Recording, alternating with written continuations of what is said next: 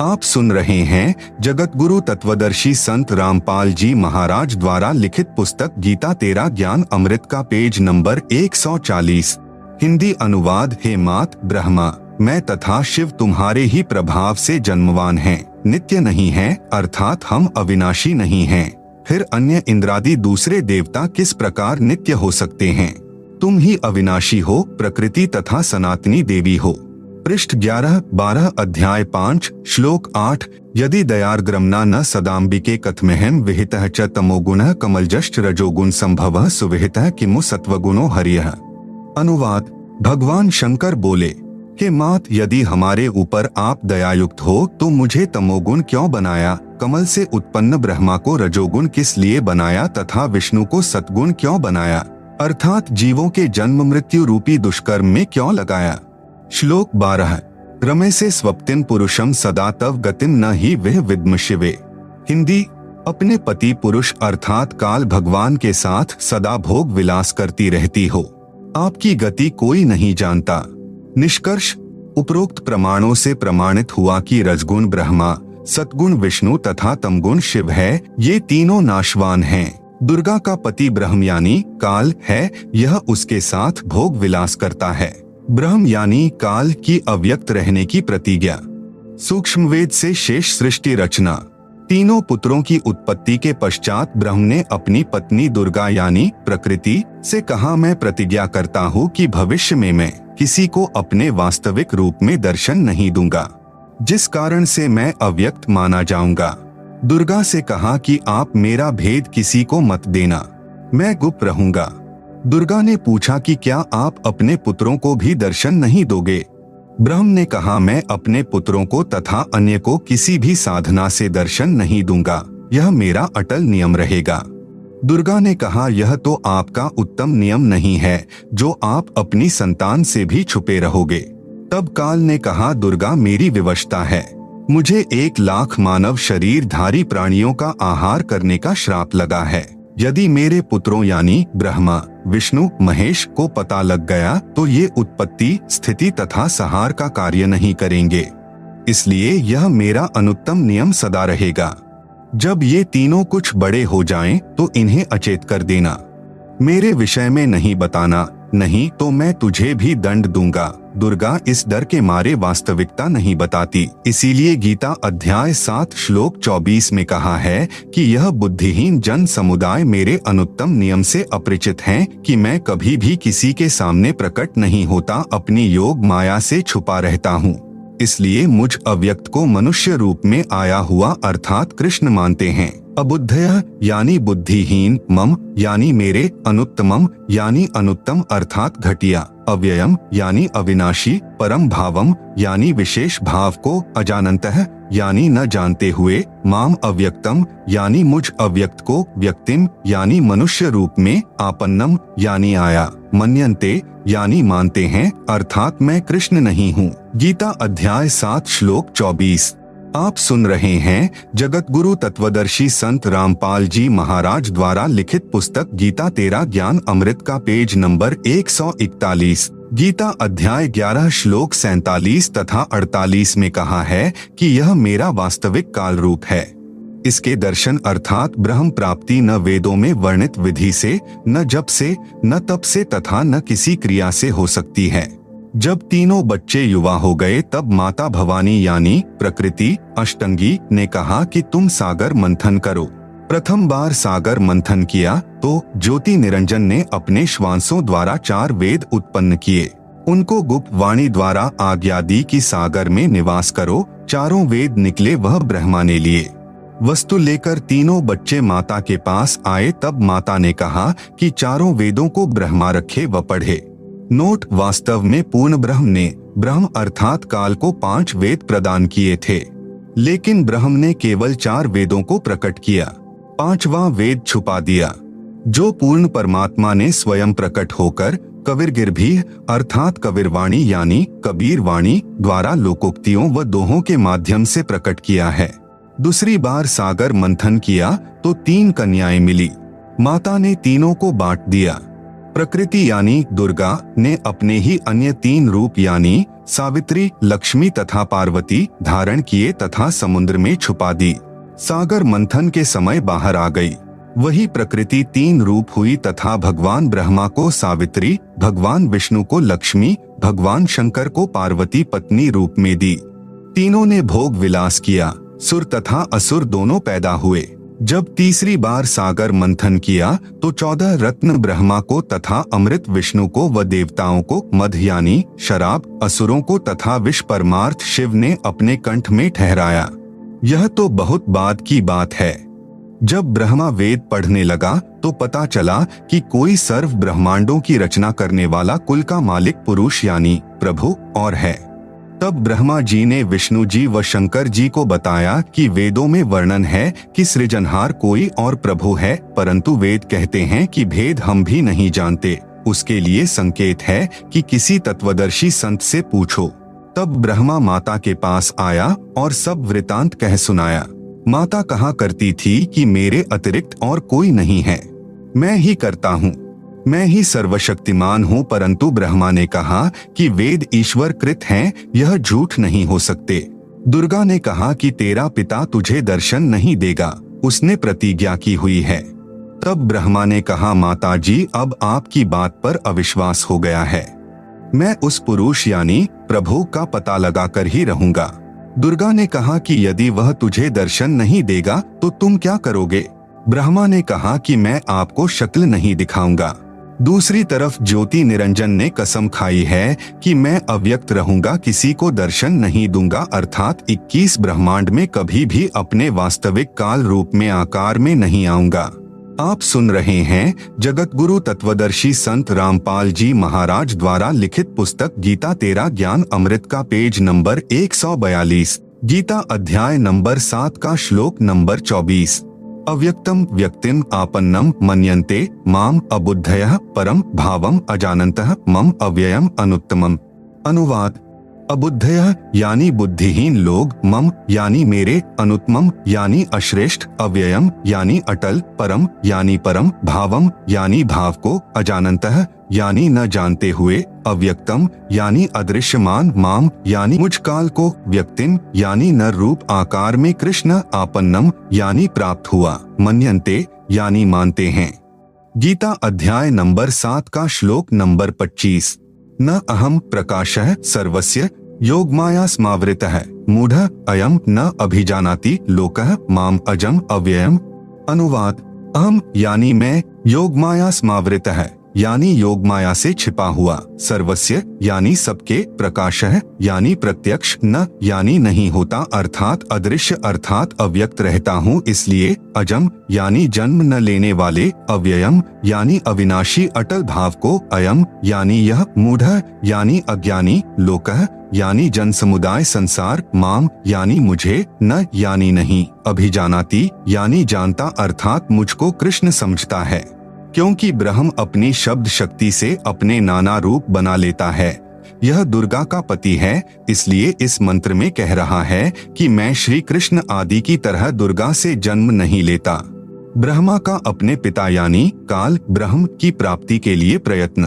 तब दुर्गा ने ब्रह्मा जी से कहा कि अलख निरंजन तुम्हारा पिता है, परंतु वह तुम्हें दर्शन नहीं देगा। ब्रह्मा ने कहा कि मैं दर्शन करके ही लौटूंगा। माता ने पूछा कि यदि तुझे दर्शन नहीं हुए तो क्या करेगा? ब्रह्मा ने कहा मैं प्रतिज्ञा करता हूँ, यदि पिता के दर्शन नहीं हुए तो मैं आपके समक्ष नहीं आऊंगा। यह कहकर ब्रह्मा जी व्याकुल होकर उत्तर दिशा की तरफ चल दिया, जहाँ अंधेरा ही अंधेरा है। वहाँ ब्रह्मा ने 4 युग तक ध्यान लगाया परंतु कुछ भी प्राप्ति नहीं हुई। काल ने आकाशवाणी की कि दुर्गा सृष्टि रचना क्यों नहीं की? भवानी ने कहा कि आपका ज्येष्ठ पुत्र ब्रह्मा जिद करके आपकी तलाश में गया है। ब्रह्म यानी काल ने कहा उसे वापस बुला लो, मैं उसे दर्शन नहीं दूंगा। ब्रह्मा के बिना जीव उत्पत्ति का सब कार्य असंभव है। तब दुर्गा यानी प्रकृति ने अपनी शब्द शक्ति से गायत्री नाम की लड़की उत्पन्न की तथा उसे ब्रह्मा को लौटा लाने को कहा। गायत्री ब्रह्मा जी के पास गई परंतु ब्रह्मा जी समाधि लगाए हुए थे, उन्हें कोई आभास ही नहीं था कि कोई आया है। तब आदि कुमारी यानी प्रकृति ने गायत्री को ध्यान द्वारा बताया कि इसके चरण स्पर्श कर। तब गायत्री ने ऐसा ही किया। ब्रह्मा जी का ध्यान भंग हुआ तो क्रोधवश बोले कि कौन पापिन है जिसने मेरा ध्यान भंग किया है, मैं तुझे श्राप दूंगा। गायत्री कहने लगी कि मेरा दोष नहीं है, पहले मेरी बात सुनो तब श्राप देना। आप सुन रहे हैं जगत गुरु तत्वदर्शी संत रामपाल जी महाराज द्वारा लिखित पुस्तक गीता तेरा ज्ञान अमृत का पेज नंबर 143। मेरे को माता ने तुम्हें लौटा लाने को कहा है क्योंकि आपके बिना जीव उत्पत्ति नहीं हो सकती। ब्रह्मा ने कहा कि मैं कैसे जाऊं, पिताजी के दर्शन हुए नहीं, ऐसे जाऊं तो मेरा उपहास होगा। यदि आप माता जी के समक्ष यह कह दें कि ब्रह्मा को पिता यानी ज्योति निरंजन के दर्शन हुए हैं, मैंने अपनी आंखों से देखा है, तो मैं आपके साथ चलूं। तब गायत्री ने कहा कि आप मेरे साथ संभोग यानी सेक्स करोगे तो मैं आपकी झूठी साक्षी यानी गवाही भरूंगी। तब ब्रह्मा ने सोचा कि पिता के दर्शन हुए नहीं, वैसे जाऊं तो माता के सामने शर्म लगेगी और चारा नहीं दिखाई दिया। फिर गायत्री से रति क्रिया यानी संभोग की। तब गायत्री ने कहा कि क्यों न एक गवाह और तैयार किया जाए। ब्रह्मा ने कहा बहुत ही अच्छा है। तब गायत्री ने शब्द शक्ति से एक लड़की यानी पुहपवती नाम की पैदा की तथा उससे दोनों ने कहा कि आप गवाही देना कि ब्रह्मा ने पिता के दर्शन किए हैं। तब पुहपवती ने कहा कि मैं क्यों झूठी गवाही दूं? हाँ, यदि ब्रह्मा मेरे से रति क्रिया यानी संभोग करे तो गवाही दे सकती हूँ।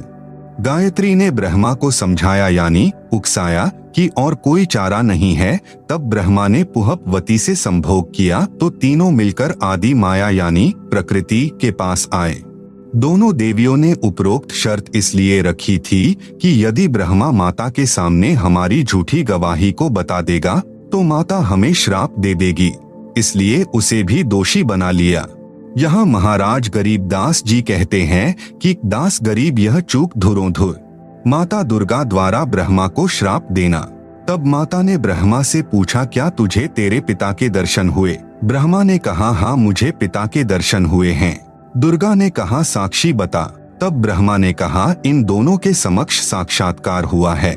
देवी ने उन दोनों लड़कियों से पूछा क्या तुम्हारे सामने ब्रह्म का साक्षात्कार हुआ है? तब दोनों ने कहा कि हाँ, हमने अपनी आंखों से देखा है। फिर भवानी यानी प्रकृति को संशय हुआ कि मुझे तो ब्रह्म ने कहा था कि मैं किसी को दर्शन नहीं दूंगा, परंतु ये कहते हैं कि दर्शन हुए हैं। तब अष्टंगी ने ध्यान लगाया और काल ज्योति निरंजन से पूछा कि यह क्या कहानी है। ज्योति निरंजन जी ने कहा कि ये तीनों झूठ बोल रहे हैं।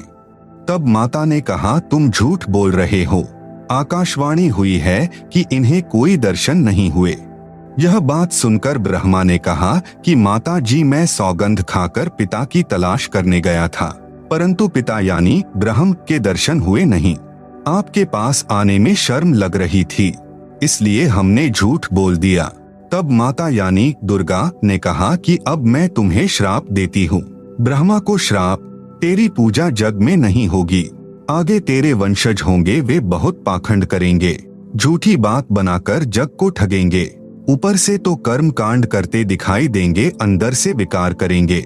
आप सुन रहे हैं जगत गुरु तत्वदर्शी संत रामपाल जी महाराज द्वारा लिखित पुस्तक गीता तेरा ज्ञान अमृत का पेज नंबर 144। कथा पुराणों को पढ़कर सुनाया करेंगे, स्वयं को ज्ञान नहीं होगा कि सद्ग्रंथों में वास्तविकता क्या है। फिर भी मानवश तथा धन प्राप्ति के लिए गुरु बनकर अनुयायियों को लोकवेद यानी शास्त्र विरुद्ध दंत कथा सुनाया करेंगे। देवी देवों की पूजा करके तथा करवा के दूसरों की निंदा करके कष्ट पर कष्ट उठाएंगे। जो उनके अनुयायी होंगे उनको परमार्थ नहीं बताएंगे, दक्षिणा के लिए जगत को गुमराह करते रहेंगे, अपने आप को सबसे अच्छा मानेंगे, दूसरों को नीचा समझेंगे। जब माता के मुख से यह सुना तो ब्रह्मा मूर्छित होकर जमीन पर गिर गया। बहुत समय उपरांत होश में आया। गायत्री को श्राप, तेरे कई सांड पति होंगे, तू मृतलोक में गाय बनेगी। पुहपवती को श्राप, तेरी जगह गंदगी में होगी, तेरे फूलों को कोई पूजा में नहीं लाएगा। इस झूठी गवाही के कारण तुझे यह नरक भोगना होगा।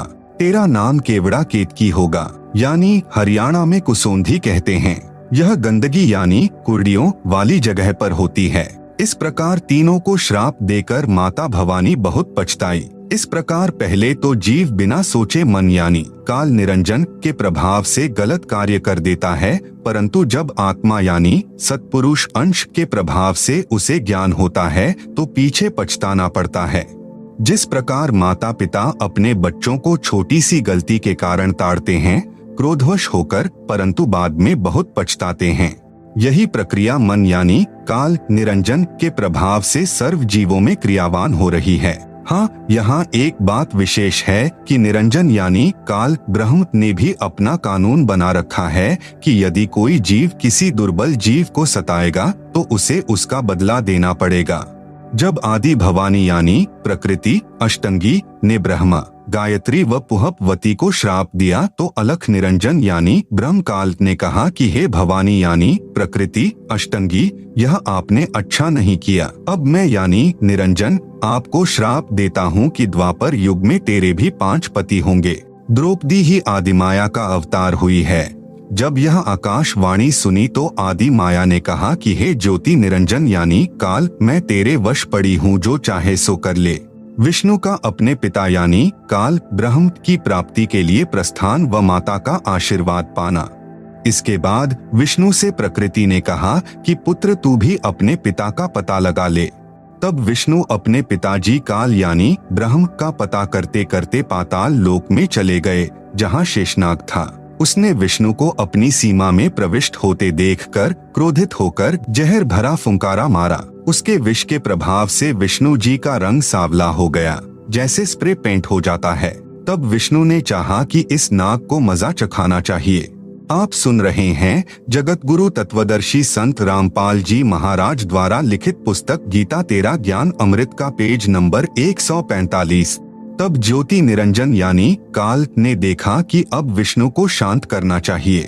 तब आकाशवाणी हुई कि विष्णु अब तू अपनी माता जी के पास जा और सत्य सत्य सारा विवरण बता देना, तथा जो कष्ट आपको शेषनाग से हुआ है इसका प्रतिशोध द्वापर युग में लेना।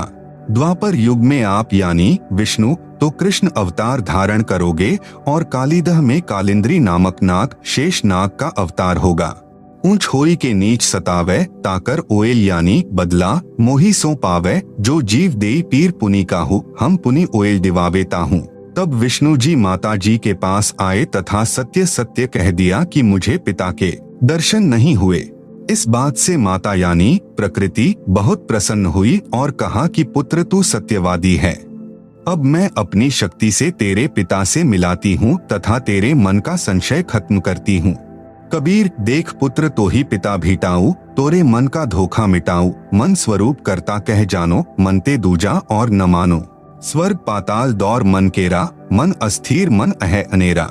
निरंकार मन ही को कहिए, मन की आस निश दिन रहिए। देखूं पलटी शून्य मह ज्योति, जहाँ पर झिलमिल झालर होती।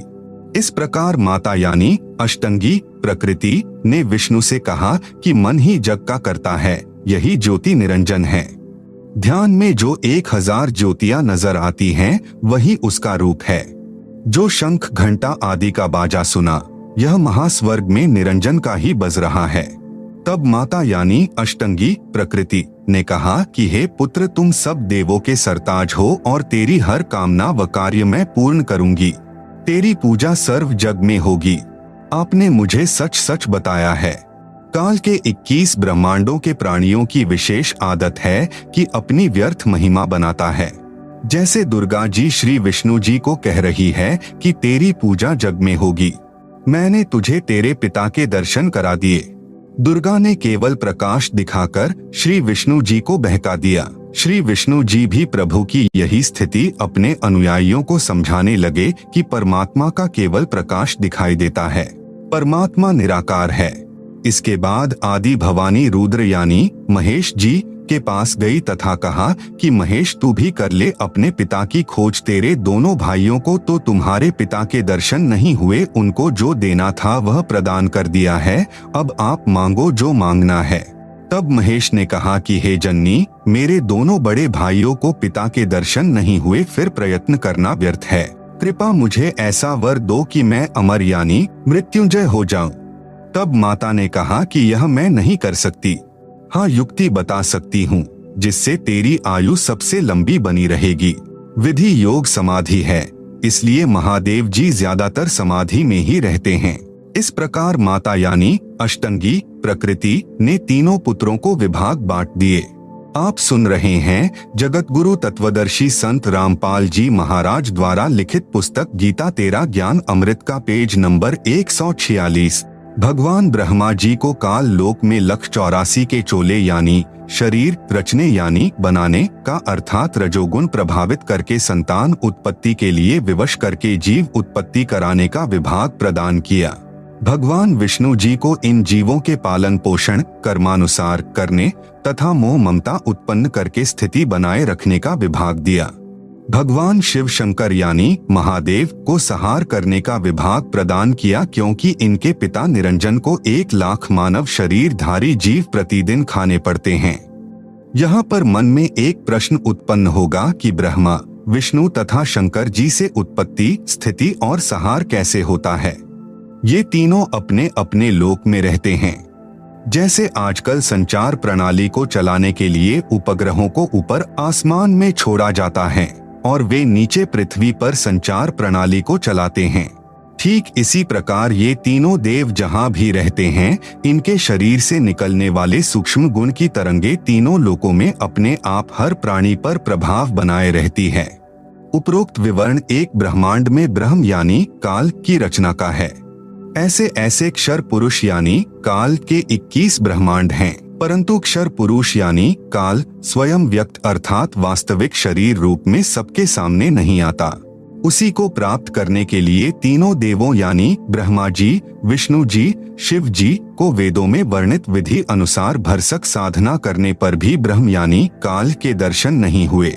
बाद में ऋषियों ने वेदों को पढ़ा, उसमें लिखा है कि अग्नेय तनूर असि पवित्र यजुर्वेद अध्याय 1 मंत्र 15 परमेश्वर सशरीर है तथा पवित्र यजुर्वेद अध्याय 5 मंत्र 1 में लिखा है कि अग्नेय तनूर असि विष्णवे त्वा सोमस्य तनूर असि। इस मंत्र में 2 बार वेद गवाही दे रहा है कि सर्वव्यापक सर्वपालन करता सत्पुरुष सशरीर है। पवित्र यजुर्वेद अध्याय 40 मंत्र 8 में कहा है कि कबीर मनीषी यानी जिस परमेश्वर की सर्व प्राणियों को चाह है वह कबीर अर्थात कबीर है। उसका शरीर बिना नाड़ी यानी अस्नाविरम का है। शुक्रम यानी वीर्य से बनी 5 तत्व से बनी भौतिक अकायम यानी काया रहित है। वह सर्व का मालिक सर्वोपरि सत्यलोक में विराजमान है। उस परमेश्वर का तेजपुंज का स्वर ज्योति यानी स्वयं प्रकाशित शरीर है जो शब्द रूप अर्थात अविनाशी है। वही कबीर देव यानी कबीर परमेश्वर है जो सर्व ब्रह्मांडों की रचना करने वाला विधाता यानी सर्व ब्रह्मांडों का रचनहार, स्वयंभूः यानी स्वयं प्रकट होने वाला, यथा तथ्य अर्थान यानी वास्तव में, शाश्वत यानी अविनाशी है। गीता अध्याय 15 श्लोक 17 में भी प्रमाण है। भावार्थ है कि पूर्ण ब्रह्म का शरीर का नाम कबीर यानी कबीर देव है। उस परमेश्वर का शरीर नूर तत्व से बना है। परमात्मा का शरीर अति सूक्ष्म है जो उस साधक को दिखाई देता है जिसकी दिव्य दृष्टि खुल चुकी है। इस प्रकार जीव का भी सूक्ष्म शरीर है जिसके ऊपर 5 तत्व का खोल यानी कवर अर्थात 5 तत्व की काया चढ़ी होती है जो माता पिता के संयोग से शुक्रम यानी वीर्य से बनी है। आप सुन रहे हैं जगत गुरु तत्वदर्शी संत रामपाल जी महाराज द्वारा लिखित पुस्तक गीता तेरा ज्ञान अमृत का पेज नंबर 147। शरीर त्यागने के पश्चात भी जीव का सूक्ष्म शरीर साथ रहता है। वह शरीर उसी साधक को दिखाई देता है जिसकी दिव्य दृष्टि खुल चुकी है। इस प्रकार परमात्मा व जीव की स्थिति को समझें। वेदों में ओम नाम के स्मरण का प्रमाण है जो केवल ब्रह्म साधना है। इस उद्देश्य से ओम नाम के जाप को पूर्ण ब्रह्म का मानकर ऋषियों ने भी हजारों वर्ष हठ योग करके यानी समाधि लगाकर प्रभु प्राप्ति की चेष्टा की, परंतु प्रभु दर्शन नहीं हुए। सिद्धियां प्राप्त हो गई। उन्हीं सिद्धि रूपी खिलौनों से खेलकर ऋषि भी जन्म मृत्यु के चक्र में ही रह गए तथा अपने अनुभव के शास्त्रों में परमात्मा को निराकार लिख दिया। ब्रह्म यानी काल ने कसम खाई है कि मैं अपने वास्तविक रूप में किसी को दर्शन नहीं दूंगा, मुझे अव्यक्त जाना करेंगे। अव्यक्त का भावार्थ है कि कोई आकार में है परंतु व्यक्तिगत रूप से स्थूल रूप में दर्शन नहीं देता। जैसे आकाश में बादल छा जाने पर दिन के समय सूर्य अदृश्य हो जाता है। वह दृश्यमान नहीं है, परंतु वास्तव में बादलों के पार ज्यों का त्यों है। इस अवस्था को अव्यक्त कहते हैं। प्रमाण के लिए गीता अध्याय 7 श्लोक 24-25, अध्याय 11 श्लोक 48 तथा 32। पवित्र गीता जी बोलने वाला ब्रह्म यानी काल श्री कृष्ण जी के शरीर में प्रेतवत प्रवेश करके कह रहा है कि अर्जुन, मैं बढ़ा हुआ काल हूँ और सर्व को खाने के लिए आया हूँ। गीता अध्याय 11 का श्लोक नंबर 32, यह मेरा वास्तविक रूप है, इसको तेरे अतिरिक्त न तो कोई पहले देख सका तथा न कोई आगे देख सकता है। अर्थात वेदों में वर्णित यज्ञ, जप, तप तथा ओम नाम आदि की विधि से मेरे इस वास्तविक स्वरूप के दर्शन नहीं हो सकते।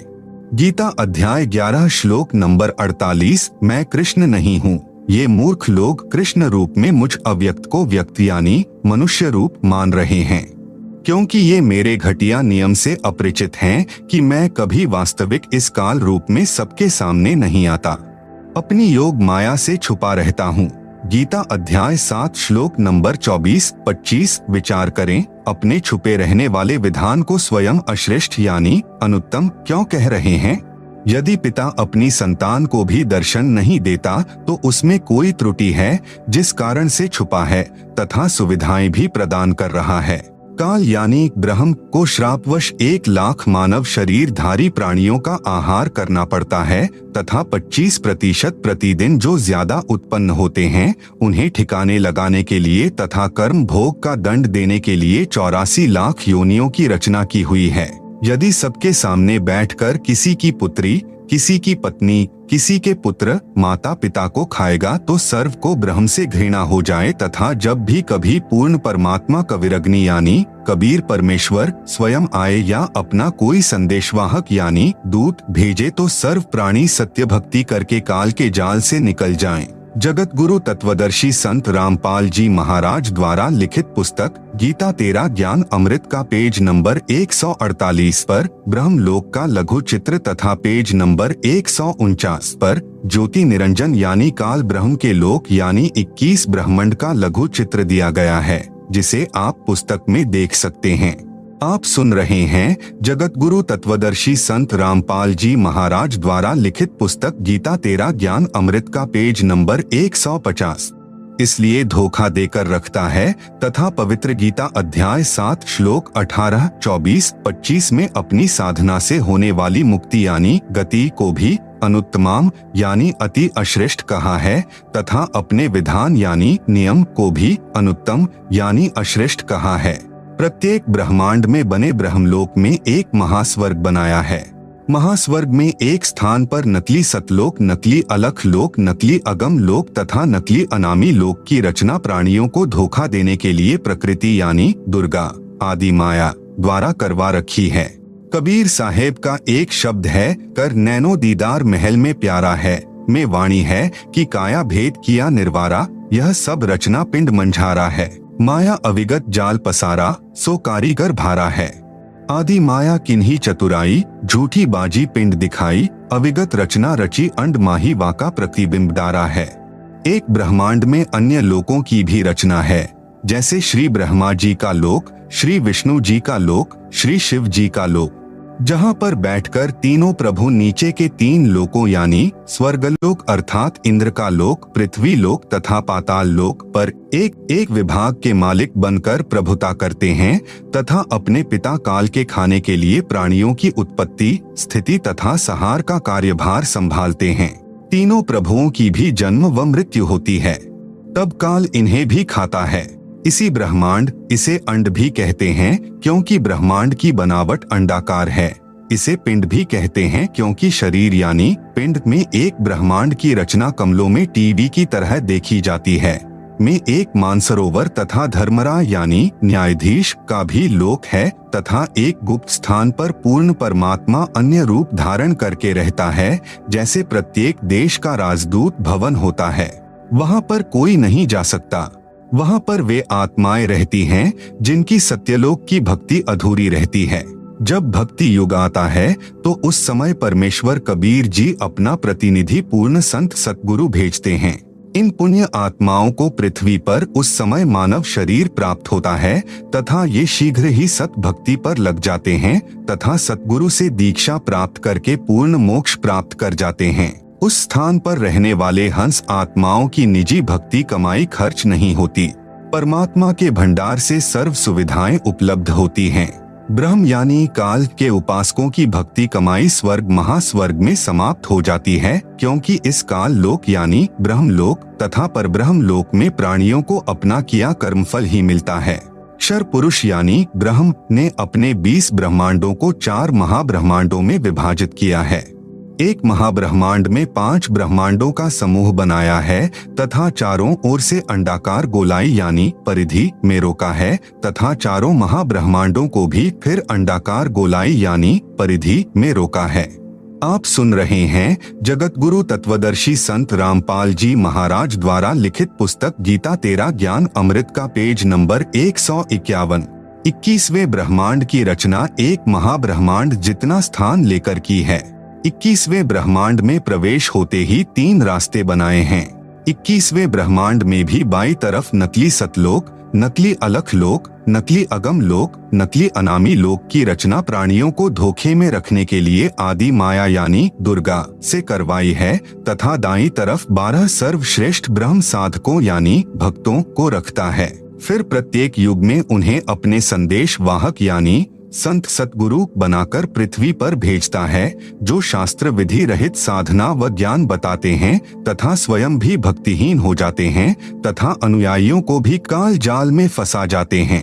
फिर वे गुरुजी तथा अनुयायी दोनों ही नरक में जाते हैं। फिर सामने एक ताला लगा रखा है, वह रास्ता काल यानी ब्रह्म के निज लोक में जाता है, जहाँ पर यह ब्रह्म यानी काल अपने वास्तविक मानव सदृश काल रूप में रहता है। इसी स्थान पर एक पत्थर की टुकड़ी तवे के आकार की यानी चपाती पकाने की लोहे की गोल प्लेट सी होती है, स्वतः गर्म रहती है, जिस पर 1 लाख मानव शरीरधारी प्राणियों के सूक्ष्म शरीर को भूनकर उनमें से गंदगी निकाल कर खाता है। उस समय सर्व प्राणी बहुत पीड़ा अनुभव करते हैं तथा हाहाकार मच जाती है। फिर कुछ समय उपरांत वे बेहोश हो जाते हैं, जीव मरता नहीं। फिर धर्मराय के लोक में जाकर कर्माधार से अन्य जन्म प्राप्त करते हैं तथा जन्म मृत्यु का चक्कर बना रहता है। उपरोक्त सामने लगा ताला ब्रह्म यानी काल केवल अपने आहार वाले प्राणियों के लिए कुछ क्षण के लिए खोलता है।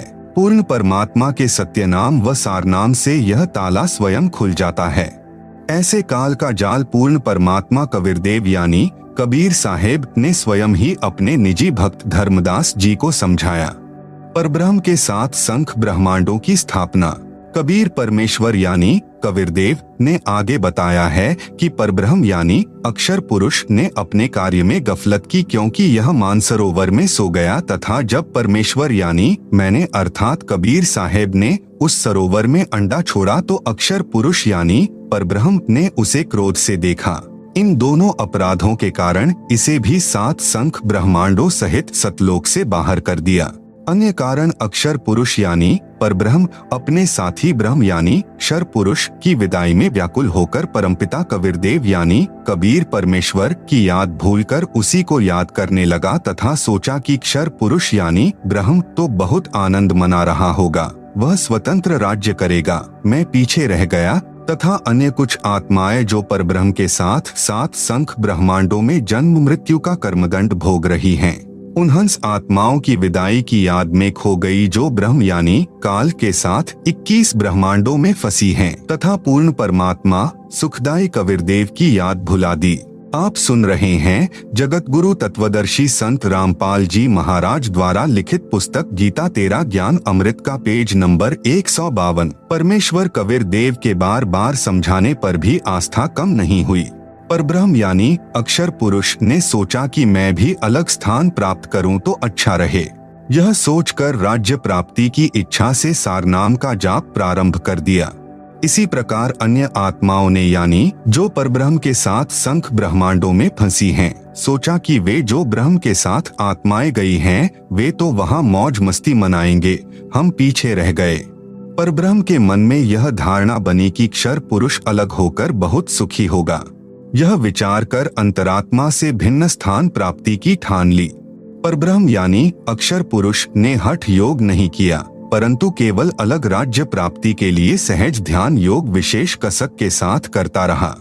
अलग स्थान प्राप्त करने के लिए पागलों की तरह विचरने लगा, खाना पीना भी त्याग दिया। अन्य कुछ आत्माएं जो पहले काल ब्रह्म के साथ गई आत्माओं के प्रेम में व्याकुल थी, वे अक्षर पुरुष के वैराग्य पर आसक्त होकर उसे चाहने लगी। पूर्ण प्रभु के पूछने पर परब्रह्म ने अलग स्थान मांगा तथा कुछ हंसात्माओं के लिए भी याचना की।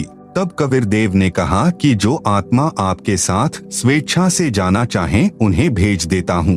पूर्ण प्रभु ने पूछा कि कौन हंस आत्मा परब्रह्म के साथ जाना चाहता है, सहमति व्यक्त करे। बहुत समय उपरांत एक हंस ने स्वीकृति दी। फिर देखा देखी उन सर्व आत्माओं ने भी सहमति व्यक्त कर दी। सर्वप्रथम स्वीकृति देने वाले हंस को स्त्री रूप बनाया, उसका नाम ईश्वरी माया यानी प्रकृति सुरती रखा तथा अन्य आत्माओं को उस ईश्वरी माया में प्रवेश करके अचिंत द्वारा अक्षर पुरुष यानी परब्रह्म के पास भेजा। पतिव्रता पद से गिरने की सजा पाई। कई युगों तक दोनों सात संख ब्रह्मांडों में रहे, परंतु परब्रह्म ने दुर्व्यवहार नहीं किया। ईश्वरी माया की स्वेच्छा से अंगीकार किया तथा अपनी शब्द शक्ति द्वारा नाखूनों से स्त्री इंद्री यानी योनि बनाई। ईश्वरी देवी की सहमति से संतान उत्पन्न की। इसलिए परब्रह्म के लोक यानी सात संख ब्रह्मांडों में प्राणियों को तप्तशिला का कष्ट नहीं है तथा वहाँ पशु पक्षी भी ब्रह्म लोक के देवों से अच्छे चरित्र युक्त हैं। आयु भी बहुत लंबी है, परंतु जन्म मृत्यु कर्माधार पर कर्मदंड तथा परिश्रम करके ही उदर पूर्ति होती है। स्वर्ग तथा नरक भी ऐसे ही बने हैं। परब्रह्म यानी अक्षर पुरुष को सात संख ब्रह्मांड उसके इच्छा रूपी भक्ति ध्यान अर्थात सहज समाधि विधि से की उसकी कमाई के प्रतिफल में प्रदान किए तथा सत्यलोक से भिन्न स्थान पर गोलाकार परिधि में बंद करके सात संख ब्रह्मांडों सहित अक्षर ब्रह्म व ईश्वरी माया को निष्कासित कर दिया। पूर्ण ब्रह्म यानी सत्पुरुष असंख्य ब्रह्मांडों जो सत्यलोक आदि में हैं तथा ब्रह्म के 21 ब्रह्मांडों तथा परब्रह्म के 7 संख ब्रह्मांडों का भी प्रभु यानी मालिक है, अर्थात परमेश्वर कबीरदेव कुल का मालिक है। आप सुन रहे हैं जगत गुरु तत्वदर्शी संत रामपाल जी महाराज द्वारा लिखित पुस्तक गीता तेरा ज्ञान अमृत का पेज नंबर 153। श्री ब्रह्मा जी, श्री विष्णु जी तथा श्री शिव जी आदि के 4 भुजाएं तथा 16 कलाएं हैं तथा प्रकृति देवी यानी दुर्गा की 8 भुजाएं हैं तथा 64 कलाएं हैं। ब्रह्म यानी क्षर पुरुष की 1000 भुजाएं हैं तथा 1000 कलाएं हैं तथा 21 ब्रह्मांडों का प्रभु है। परब्रह्म यानी अक्षर पुरुष की 10,000 भुजाएं हैं तथा 10,000 कला हैं तथा 7 संख ब्रह्मांडों का प्रभु है। पूर्ण ब्रह्म यानी परम अक्षर पुरुष अर्थात सत्पुरुष की असंख्य भुजाएं तथा असंख्य कलाएं हैं तथा ब्रह्म के 21 ब्रह्मांड व परब्रह्म के 7 संख ब्रह्मांडों सहित असंख्य ब्रह्मांडों का प्रभु है। प्रत्येक प्रभु अपनी सर्व भुजाओं को समेटकर केवल 2 भुजाएं भी रख सकते हैं तथा जब चाहे सर्व भुजाओं को भी प्रकट कर सकते हैं। पूर्ण परमात्मा परब्रह्म के प्रत्येक ब्रह्मांड में भी अलग स्थान बनाकर अन्य रूप में गुप्त रहता है। यूं समझो जैसे एक घूमने वाला कैमरा बाहर लगा देते हैं तथा अंदर टीवी यानी टेलीविजन रख देते हैं। टीवी पर बाहर का सर्व दृश्य नजर आता है तथा दूसरा टीवी बाहर रखकर अंदर का कैमरा स्थायी करके रख दिया जाए, उसमें केवल अंदर बैठे प्रबंधक का चित्र दिखाई देता है, जिससे सर्व कर्मचारी सावधान रहते हैं। इसी प्रकार पूर्ण परमात्मा अपने सतलोक में बैठकर सर्व को नियंत्रित किए हुए हैं तथा प्रत्येक ब्रह्मांड में भी सतगुरु कबीरदेव विद्यमान रहते हैं, जैसे सूर्य दूर होते हुए भी अपना प्रभाव अन्य लोकों में बनाए हुए है। आप सुन रहे हैं जगत गुरु तत्वदर्शी संत रामपाल जी महाराज द्वारा लिखित पुस्तक गीता तेरा ज्ञान अमृत का पेज नंबर 154। पवित्र अथर्ववेद में सृष्टि रचना का प्रमाण। अथर्ववेद कांड नंबर 4 अनुवाक नंबर 1 मंत्र नंबर 1। ब्रह्म जज्ञानं प्रथमं पुरस्ताद विसीमतः सुरुचोवेन आवह स बुधन्या उपमा अस्य विष्ठाः सतश्च योनिं सतश्च विवह।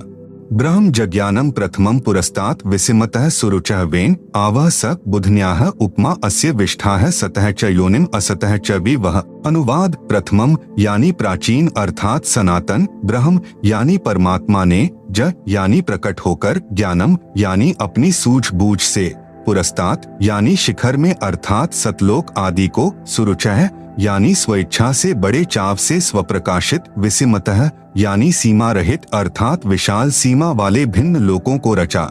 उस वेनः यानी जुलाहे ने ताने अर्थात कपड़े की तरह बुनकर, आवह यानी सुरक्षित किया, च यानी तथा, सह यानी वह पूर्ण ब्रह्म ही सर्व रचना करता है, अस्य यानी इसलिए उसी, बुधन्याह यानी मूल मालिक ने, योनिम यानी मूलस्थान सत्यलोक की रचना की है, अस्य यानी इसके, उपमा यानी सदृश अर्थात मिलते जुलते, सतह यानी अक्षर पुरुष अर्थात परब्रह्म के लोक कुछ स्थायी, च यानी तथा, असतः यानी क्षर पुरुष के अस्थायी लोक आदि, विवह यानी आवास स्थान भिन्न, विष्ठाह यानी स्थापित किए।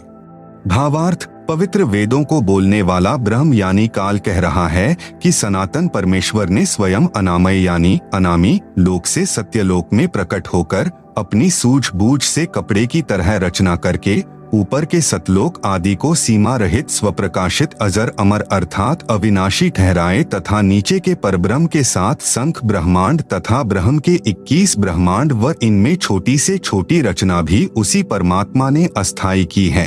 अथर्ववेद कांड नंबर 4 अनुवाक नंबर 1 मंत्र नंबर 2। यम पितया राष्ट्रयत्वग्रे प्रथमाय जनुषे भुवनेष्ठा है तस्मा एतम सुरुचम हवार्मह्यम धर्मम श्रीणान्तु प्रथमाय धास्यवे। यम पितया राष्ट्री एतु अग्रे प्रथमाय जनुषे भुवनेष्ठाः तस्मा एतम सुरुचम हवार्मह्यम धर्मम श्रीणान्तु प्रथमाय धास्यवे। अनुवाद, यम यानी इसी, पितृया यानी जगत पिता परमेश्वर ने, एतु यानी इस, अग्रे यानी सर्वोत्तम, प्रथमाय यानी सर्व से पहली माया परानंदनी, राष्ट्री यानी राजेश्वरी शक्ति अर्थात पराशक्ति जिसे आकर्षण शक्ति भी कहते हैं, को जनुषे यानी उत्पन्न करके, भुवनेष्ठाः यानी लोक स्थापना की, तस्मा यानी उसी परमेश्वर ने, सुरुचम यानी बड़े चाव के साथ स्वेच्छा से, एतम यानी इस, प्रथमाय यानी प्रथम उत्पत्ति की शक्ति अर्थात पराशक्ति के द्वारा, हवार्मह्यम यानी एक दूसरे के वियोग को रोकने अर्थात आकर्षण शक्ति के, श्रीणान्तु यानी गुरुत्व आकर्षण को परमात्मा ने आदेश दिया सदा रहो उस कभी समाप्त न होने वाले, धर्मम यानी स्वभाव से, धास्यवे यानी धारण करके ताने अर्थात कपड़े की तरह बुनकर रोके हुए हैं। आप सुन रहे हैं जगत गुरु तत्वदर्शी संत रामपाल जी महाराज द्वारा लिखित पुस्तक गीता तेरा ज्ञान अमृत का पेज नंबर 155। भावार्थ, जगत पिता परमेश्वर ने अपनी शब्द शक्ति से राष्ट्रीय अर्थात सबसे पहली माया राजेश्वरी उत्पन्न की तथा उसी पराशक्ति के द्वारा एक दूसरे को आकर्षण शक्ति से रोकने वाले कभी न समाप्त होने वाले गुण से उपरोक्त सर्व ब्रह्मांडों को स्थापित किया है। अथर्ववेद कांड नंबर 4 अनुवाक नंबर 1 मंत्र नंबर 3। प्रयोजगे विद्वानस्य बंधुर्विश्वा देवानां जनिमा विवक्ति ब्रह्म ब्रह्मण उज्जभार मध्यान्निचरुच्चैः स्वधा अभिप्रतस्थ। प्रयोजगे विद्वानस्य बंधुः विश्वा देवानां जनिमा विवक्ति ब्रह्म ब्रह्मण उज्जभार मध्यात् निचैः उच्चैः स्वधा अभिप्रतस्थ। अनुवाद, प्र यानी सर्वप्रथम, देवानाम यानी देवताओं व ब्रह्मांडों की, जगे यानी उत्पत्ति के ज्ञान को, विद्वानस्य यानी जिज्ञासु भक्त का, यह यानी जो, बंधुः यानी वास्तविक साथी अर्थात पूर्ण परमात्मा ही अपने निज सेवक को, जनिमा यानी अपने द्वारा सृजन किए हुए को, विवक्ति यानी स्वयं ही ठीक ठीक विस्तार पूर्वक बताता है कि, ब्रह्मणः यानी पूर्ण परमात्मा ने, मध्यात् यानी अपने मध्य से अर्थात शब्द शक्ति से, ब्रह्म है यानी ब्रह्मक्षर पुरुष अर्थात काल को, उज्जभार यानी उत्पन्न करके, विश्वा सारे संसार को अर्थात सर्व लोकों को, उच्चैः यानी ऊपर सत्यलोक आदि, निचैः यानी नीचे परब्रह्म व ब्रह्म के यानी सर्व ब्रह्मांड, स्वधा यानी अपनी धारण करने वाली, अभियः यानी आकर्षण शक्ति से, प्रतस्थौ यानी दोनों को अच्छी प्रकार स्थित किया। भावार्थ, पूर्ण परमात्मा अपने द्वारा रची सृष्टि का ज्ञान तथा सर्व आत्माओं की उत्पत्ति का ज्ञान अपने निजी दास को स्वयं ही सही बताता है कि पूर्ण परमात्मा ने अपने मध्य अर्थात अपने शरीर से अपनी शब्द शक्ति के द्वारा ब्रह्म यानी शर पुरुष काल की उत्पत्ति की तथा सर्व ब्रह्मांडों को ऊपर सतलोक, अलखलोक, अगमलोक, अनामी लोक आदि तथा नीचे परब्रह्म के साथ संख ब्रह्मांड तथा ब्रह्म के 21 ब्रह्मांडों को अपनी धारण करने वाली आकर्षण शक्ति से ठहराया हुआ है। जैसे पूर्ण परमात्मा कबीर परमेश्वर यानी कबीरदेव ने अपने निजी सेवक अर्थात सखा श्री धर्मदास जी, आदरणीय गरीबदास जी आदि को अपने द्वारा रची सृष्टि का ज्ञान स्वयं ही बताया। उपरोक्त वेद मंत्र भी यही समर्थन कर रहा है।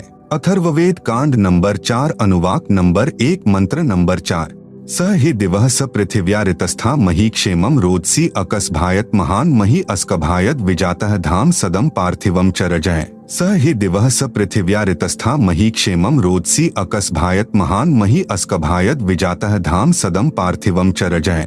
आप सुन रहे हैं जगत गुरु तत्वदर्शी संत रामपाल जी महाराज द्वारा लिखित पुस्तक गीता तेरा ज्ञान अमृत का पेज नंबर 156।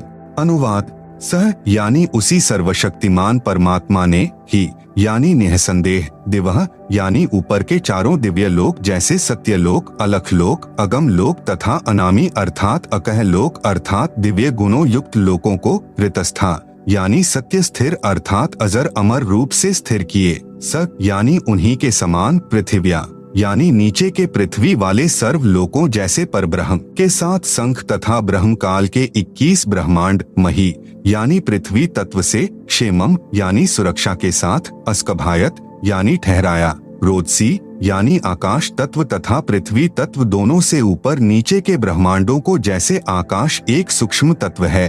आकाश का गुण शब्द है। पूर्ण परमात्मा ने ऊपर के लोक शब्द रूप रचे जो तेजपुंज के बनाए हैं तथा नीचे के परब्रह्म यानी अक्षर पुरुष के सप्त संख ब्रह्मांड तथा ब्रह्मक्षर पुरुष के 21 ब्रह्मांडों को पृथ्वी तत्व से अस्थायी रचा। महान यानी पूर्ण परमात्मा ने, पार्थिवम यानी पृथ्वी वाले, वि यानी भिन्न भिन्न, धाम यानी लोक, च यानी और, सदम यानी आवास स्थान, मही यानी पृथ्वी तत्व से, रजह यानी प्रत्येक ब्रह्मांड में छोटे छोटे लोकों की जातः यानी रचना करके, अस्कभायत यानी स्थिर किया। भावार्थ ऊपर के चारों लोक सत्यलोक, अलख लोक, अगम लोक, अनामी लोक यह तो अजर अमर स्थायी अर्थात अविनाशी रचे हैं तथा नीचे के ब्रह्म तथा परब्रह्म के लोकों को अस्थायी रचना करके तथा अन्य छोटे छोटे लोक भी उसी परमेश्वर ने रचकर स्थिर किए। अथर्ववेद कांड नंबर 4 अनुवाक नंबर 1 मंत्र 5। स बुधन्यादाष्ट्र जनुषो अभ्यग्रम बृहस्पतिर्देवता तस्य सम्राट अहर्यत् शुक्रम ज्योतिषो जनिष्ठात् द्युमन्तो विवसन्तु विप्राः। स बुधन्यात् आष्ट्र जनुषे अभि अग्रम बृहस्पतिः देवता तस्य सम्राट अहर्यत् शुक्रम ज्योतिषः जनिष्ठ अथ द्युमन्तः विवसन्तु विप्राः। अनुवाद। सह यानी उसी, बुधन्यात यानी मूल मालिक से, अभि अग्रम यानी सर्वप्रथम स्थान पर, आष्ट्र यानी अष्टंगी माया दुर्गा अर्थात प्रकृति देवी, जनुषेह यानी उत्पन्न हुई क्योंकि नीचे के परब्रह्म व ब्रह्म के लोकों का प्रथम स्थान सतलोक है, यह तीसरा धाम भी कहलाता है। तस्य यानी इस दुर्गा का भी मालिक यही, सम्राट यानी राजाधिराज, बृहस्पतियः यानी सबसे बड़ा पति व जगत गुरु देवता यानी परमेश्वर है। यत यानी जिससे, अह यानी सबका वियोग हुआ, अथ यानी इसके बाद, ज्योतिषः यानी ज्योति रूप निरंजन अर्थात काल के, शुक्रम यानी वीर्य अर्थात बीज शक्ति से, जनिष्ठ यानी दुर्गा के उदर से उत्पन्न होकर, विप्राह यानी भक्त आत्माएं, वि यानी अलग से, धूमंतः यानी मनुष्य लोक तथा स्वर्ग लोक में ज्योति निरंजन के आदेश से दुर्गा ने कहा, वसंतु यानी निवास करो अर्थात वे निवास करने लगी। भावार्थ। पूर्ण परमात्मा ने ऊपर के चारों लोकों में से जो नीचे से सबसे प्रथम अर्थात सत्यलोक में आष्ट्रा अर्थात अष्टंगी यानी प्रकृति देवी दुर्गा की उत्पत्ति की। आप सुन रहे हैं जगत गुरु तत्वदर्शी संत रामपाल जी महाराज द्वारा लिखित पुस्तक गीता तेरा ज्ञान अमृत का पेज नंबर 157। यही राजाधिराज जगत गुरु पूर्ण परमेश्वर यानी सत्पुरुष है जिससे सबका वियोग हुआ है। फिर सर्व प्राणी ज्योति निरंजन यानी काल के, वीर्य यानी बीज से दुर्गा यानी आष्ट्रा के गर्भ द्वारा उत्पन्न होकर स्वर्ग लोक व पृथ्वी लोक पर निवास करने लगे। अथर्ववेद कांड नंबर 4 अनुवाक नंबर 1 मंत्र 6। नूनम तदस्य काव्यो हिनोति महो देवस्य पूर्व्यस्य धाम एष जगे बहुभिः साकमित्था पूर्व अर्धे विशिते ससन्नु। नूनम तत् अस्य काव्यः महादेवस्य पूर्व्यस्य धाम हिनोति पूर्वे विशिते एष जगे बहुभ्यः साकम इत्था अर्धे ससन नु। अनुवाद: नूनम यानी निसंदेह, तत् यानी वह पूर्ण परमेश्वर अर्थात तत् ब्रह्म ही, अस्य यानी इस, काव्यः यानी भक्त आत्मा जो पूर्ण परमेश्वर की भक्ति विधिवत करता है, को वापिस, महा यानी सर्वशक्तिमान, देवस्य यानी परमेश्वर के, पूर्व्यस्य यानी पहले के, धाम यानी लोक में अर्थात सत्यलोक में, हिनोति यानी भेजता है, पूर्वे यानी पहले वाले, विशिते यानी विशेष चाहे हुए, एश यानी इस परमेश्वर को, व जगे यानी सृष्टि उत्पत्ति के ज्ञान को जानकर, बहुभ्यः यानी बहुत आनंद, साकम यानी के साथ, अर्धे यानी आधा, ससन यानी सोता हुआ, इत्था यानी विधिवत इस प्रकार, नु यानी सच्ची आत्मा से स्तुति करता है। भावार्थ: वही पूर्ण परमेश्वर सत्य साधना करने वाले साधक को उसी पहले वाले स्थान यानी सत्यलोक में ले जाता है जहां से बिछुड़ कर आए थे। वहां उस वास्तविक सुखदायी प्रभु को प्राप्त करके खुशी से आत्मविभोर होकर मस्ती से स्तुति करता है कि हे परमात्मा, असंख्य जन्मों के भूले भटकों को वास्तविक ठिकाना मिल गया। इसी का प्रमाण पवित्र ऋग्वेद मंडल 10 सूक्त 90 मंत्र 16 में भी है। आप सुन रहे हैं जगत गुरु तत्वदर्शी संत रामपाल जी महाराज द्वारा लिखित पुस्तक गीता तेरा ज्ञान अमृत का पेज नंबर 158 पर ऊपर जड़ नीचे शाखा वाला उल्टा लटका हुआ संसार रूपी वृक्ष का चित्र दिया गया है, जिसे आप पुस्तक में देख सकते हैं। आप सुन रहे हैं जगत गुरु तत्वदर्शी संत रामपाल जी महाराज द्वारा लिखित पुस्तक गीता तेरा ज्ञान अमृत का पेज नंबर 159। आदरणीय गरीबदास जी को इसी प्रकार पूर्ण परमात्मा कबीरदेव यानी कबीर परमेश्वर स्वयं सत्य भक्ति प्रदान करके सत्यलोक लेकर गए थे। तब अपनी अमृतवाणी में आदरणीय गरीबदास जी महाराज ने आंखों देखकर कहा, गरीब अजब नगर में ले गए हमको सतगुरु आन, झिलके बिंब अगाध गति सुते चादर तान।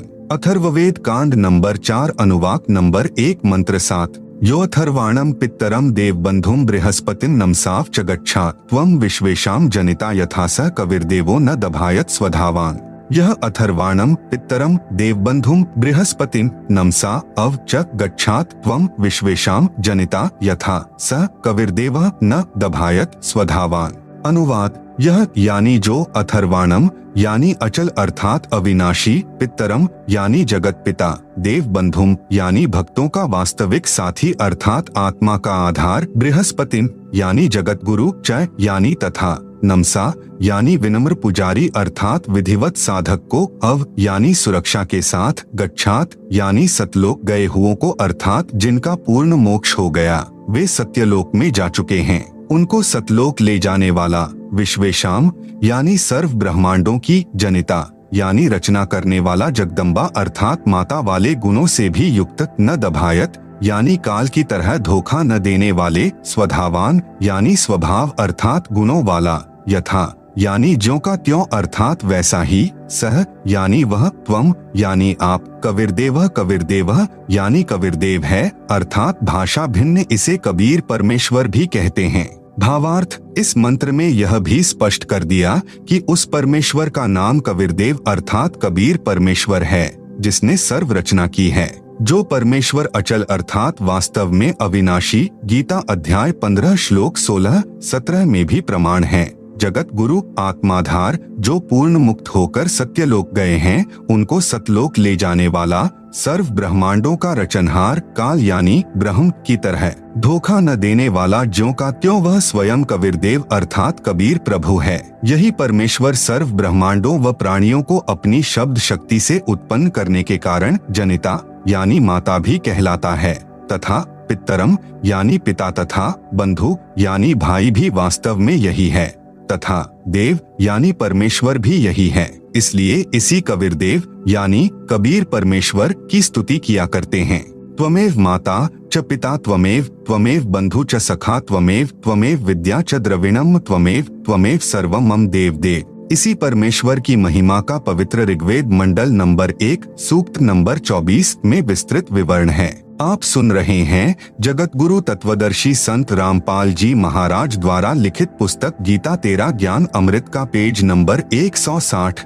पवित्र ऋग्वेद में सृष्टि रचना का प्रमाण। ऋग्वेद मंडल 10 सूक्त 90 मंत्र 1। सहस्र शीर्षा पुरुषः सहस्राक्षः सहस्रपात् स भूमिन् विश्वतोम वरित्वात्यतिष्ठत् दशांगुलम्। सहस्र शीर्षा पुरुषः सहस्राक्षः सहस्रपात् स भूमिन् विश्वतः वृत्वा अत्यातिष्ठत् दशंगुलम। अनुवाद पुरुषः यानी विराट रूप काल भगवान अर्थात क्षर पुरुष, सहस्र शीर्षा यानी 1000 सिरों वाला, सहस्राक्षः यानी 1000 आँखों वाला, सहस्रपात यानी 1000 पैरों वाला है। स यानी वह काल, भूमिन यानी पृथ्वी वाले 21 ब्रह्मांडों को विश्वतः यानी सब ओर से, दशंगुलम यानी 10 अंगुलियों से अर्थात पूर्ण रूप से काबू किए हुए, वृत्वा यानी गोलाकार घेरे में घेर कर, अत्यातिष्ठत यानी इससे बढ़कर अर्थात अपने काल लोक में सबसे न्यारा भी 21वें ब्रह्मांड में ठहरा है अर्थात रहता है। भावार्थ, इस मंत्र में विराट यानी काल ब्रह्म का वर्णन है। गीता अध्याय 10-11 में भी इसी काल ब्रह्म का ऐसा ही वर्णन है। अध्याय 11 मंत्र नंबर 46 में अर्जुन ने कहा है कि हे सहस्राबाहु अर्थात 1000 भुजा वाले, आप अपने चतुर्भुज रूप में दर्शन दीजिए, जिसके 1000 हाथ, पैर, 1000 आँखें, कान आदि हैं। वह विराट रूप काल यानी क्षर प्रभु अपने अधीन सर्व प्राणियों को पूर्ण काबू करके अर्थात 20 ब्रह्मांडों को गोलाकार परिधि में रोककर स्वयं इनसे ऊपर यानी अलग 21वें ब्रह्मांड में बैठा है। ऋग्वेद मंडल 10 सूक्त 90 मंत्र 2। पुरुष एवेदम सर्वम यद्भूतम यच्च भाव्यम उतामृतत्वस्येषानो यदन्नेनातिरोहति। पुरुष एव इदम सर्वम यत् भूतम यत् च भाव्यम उत अमृतत्वस्य ईशानः यत् अन्नेन अतिरोहति। अनुवाद एव यानी इसी प्रकार कुछ सही तौर पर पुरुष यानी भगवान है, वह अक्षर पुरुष अर्थात परब्रह्म है। च यानी और, इदम यानी यह, यत यानी जो, भूतम यानी उत्पन्न हुआ है, यत यानी जो, भाव्यम यानी भविष्य में होगा, सर्वम यानी सब, यत यानी प्रयत्न से अर्थात मेहनत द्वारा, अन्नेन यानी अन्न से, अतिरोहति यानी विकसित होता है। यह अक्षर पुरुष भी उत यानी संदेह युक्त, अमृतत्वस्य यानी मोक्ष का, ईशानः यानी स्वामी है अर्थात भगवान तो अक्षर पुरुष भी कुछ सही है परंतु पूर्ण मोक्षदायक नहीं है। भावार्थ, इस मंत्र में परब्रह्म यानी अक्षर पुरुष का विवरण है जो कुछ भगवान वाले लक्षणों से युक्त है परंतु इसकी भक्ति से भी पूर्ण मोक्ष नहीं है, इसलिए इसे संदेह युक्त मुक्तिदाता कहा है। इसे कुछ प्रभु के गुणों युक्त इसलिए कहा है कि यह काल की तरह तप्तशिला पर भून कर नहीं खाता।